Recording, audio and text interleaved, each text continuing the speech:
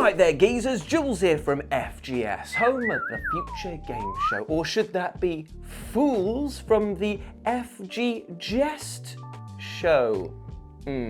Because it's only a few days away from April the 1st, aka April Fool's Day, and I have already got my heckles up at the anticipation of pranks, japes, and tricks that I do not want. And while wrapping your mate's entire room in newspaper, switching toothpaste for mayonnaise, or cutting the brakes on your ex's car are all good laughs, sometimes video games can pull a trick on you so badly that you'll be left completely and utterly embarrassed. So let's have a chat about them. As I'm Jules, this is FGS, and these are the dirtiest tricks that video games played on you. Number 8. Idle animation punishment, another crab's treasure. So we'll start this episode off with a light but altogether rather cruel punishment served out in underwater shoals-like, another crab's treasure. No one used that. Everyone was like, it's Dark Souls-like.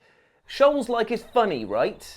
Come on. Anyway, in this game you take on the role of a cute little crab attempting to kill creatures that are far, far larger than it.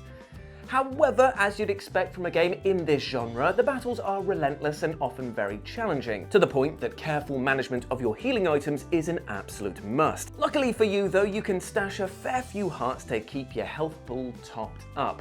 That is, unless you decide to take a break, and trust me, you'll probably likely need one from this hectic action that is utterly relentless. If you wait around too long, Krill will start an idle animation in which they start kicking around a green heart like a hacky sack, which seems all cute and lovely until that is you choose to move once more and Krill drops the heart, watching it smash onto the floor, which also removes one of the healing items from your inventory. Oh, damn, right, well, message received. Keep playing, never ever think about resting, and also, f you, I guess. Number 7. The devs screw with you personally. Clustertruck. Now while Clustertruck is very much a beloved game and very, very well known, there's actually a sinister secret side to this title which came to light during a set of streams in the year of our Lord 2016. As players were enjoying the balletic carnage that only Clustertruck can offer, some streamers found their sessions were being hijacked by an outside source. With messages like access denied and we have taken over pouring in, the streamers in question understandably sought answers, especially when the text warnings gave way to game-altering effects like being frozen in midair or having objects removed at the last second. Well, it turns out that the devs of the game, Landfall Games, had caught wind of these popular streamers enjoying their title and hacked into their sessions with the express purpose to mess with them personally. Now, while Twitch integration in video games is nothing new and often results in your chat being as cruel as possible to you, this was a whole nother level, as here the devs themselves were hacking into your game just to play dirty tricks and act like dirty So the next time that you fudge a run on Clustertruck, you can just claim that it was the developers secretly hacking into your game and turning on the plays like a baby and also whines like one too mode. Number 6. All of Wesleyan Tetris. Now at their core, video games are supposed to be fun, right? A little bit of escapism to alleviate the stresses and pressures of real life. However, some video games, well, they're made explicitly to wind people up, like that Penn and Teller bus game, and our next subject, Wesleyan Tetris. Now I won't lie to you, friends. Yay!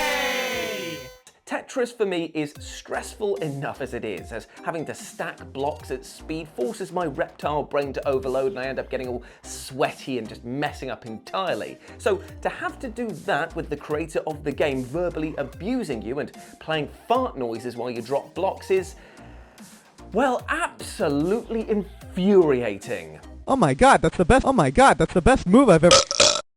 Ooh. Yeah. Not only do you have to listen to sarcastic quips with each decision you make, the game also throws some absolutely unfair challenges into the mix, like boundaries that need to be broken first, or random disappearing blocks, and even a truly savage twist in which the game will scan your potential lines and change the block last minute to utterly scupper your plans.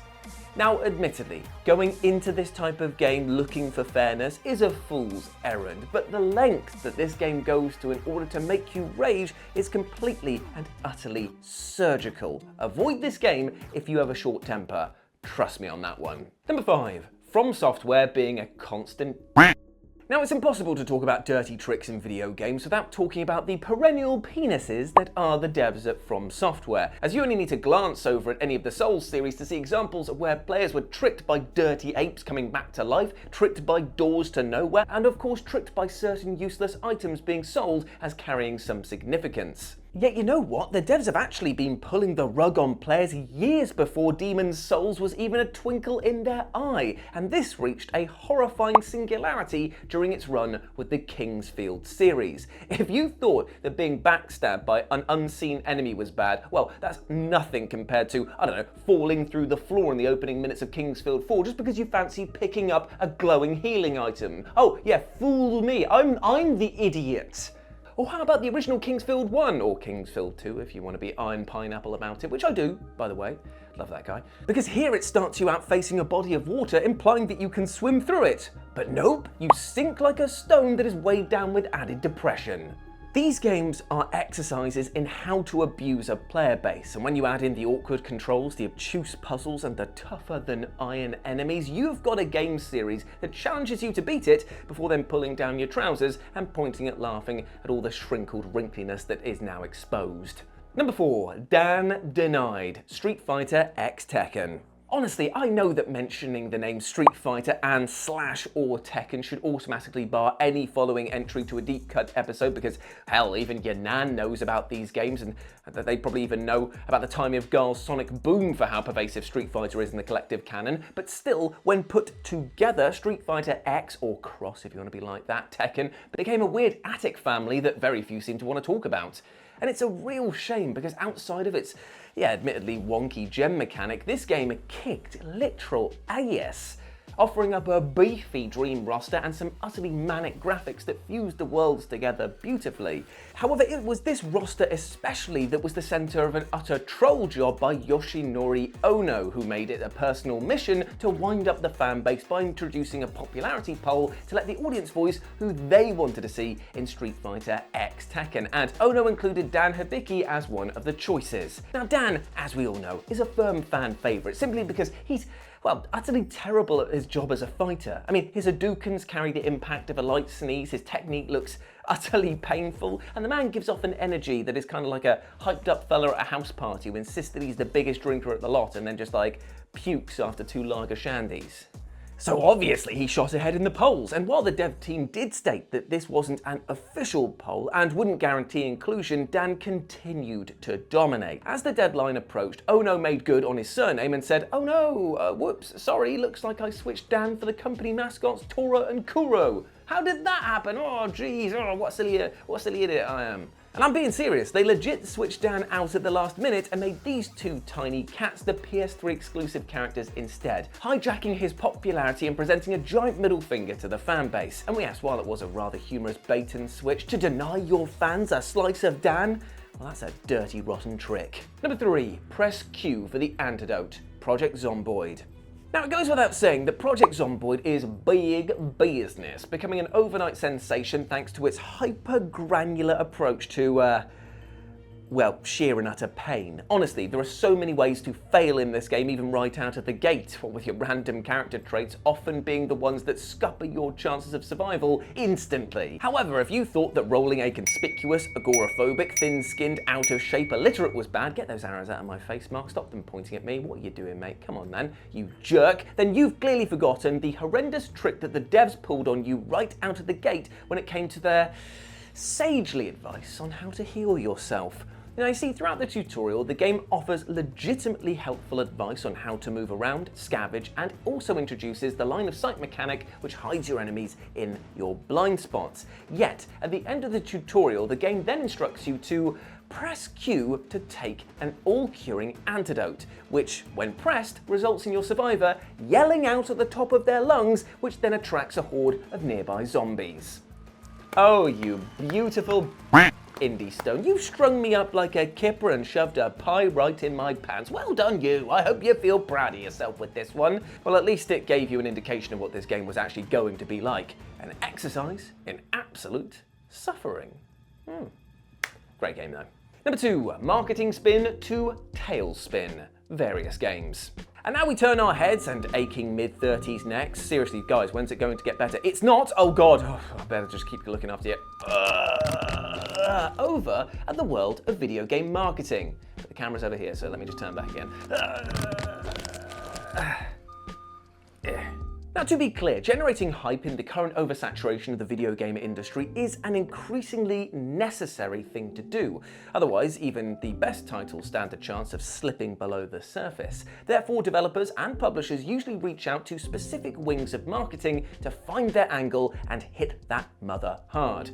It's a shame, though, that because of this almost desperate chase for hype, sometimes the message of the game itself can be lost as things are cut, shifted, and indeed promoted in such a way that they actually don't reflect what the paying customer will receive day one. Now, we all remember the, and I'm going to be generous here with this description, mildly misleading trailers for No Man's Sky and Watch Dogs, or how Brink promised us a parkour playground but instead slipped on its own laces on launch. And of course, we all remember having our neurons activated and then immediately shut off when Lady Dimitrescu was marketed as the main feature of Resi Village, only to then be shunted off within the first hour. However, because I like to look down the gaming sofa for deeper cuts than your average bear, let's talk about how this also happened with Tales of Zestiria. Now, you see, in the pre-release build-up for this game, the character of Alicia was pushed right to the forefront, and thus would surely enjoy a main role in Zestiria, right? Yet upon release, the same fanbase was shocked to find out that she pops her head in for all of like an hour or two, and then heads home in a manner that even Poochie would call absolutely bloody lazy.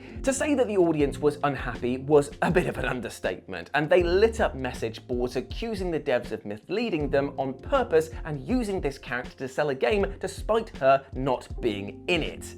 Very much. And like all good companies caught with these same accusations, all fans got in response was an apathetic shrug and the publisher then returning to their bed to make snow angels in their newfound piles of money. Cheers. And number one, did you say more spiders? Evil West. Okay, so as you can see, the Evil Finger of Temple is out once more, and that's because the premise of this list is again going to be stretched to its absolute breaking point. And this week, this dubious honour falls to the devs of Evil West and centres around their arachnophobia mode. Now, to be clear from the off, what makes this entry so special is the fact that this was actually an unintentional dirty trick played by the devs, but my God, did it leave a lasting and rather horrific impression. You see, Evil West, like many titles nowadays, features an arachnophobia mode in which spider enemies in the selected game are rendered as something else entirely. For some, it's fluffy clouds. In others, it's PNGs of cats, which I find equally terrifying if I'm honest. And in the recently released Monster Hunter Wilds, you get goo monsters, which again, kind of horrible looking, and I swear this is like a fetish for some people.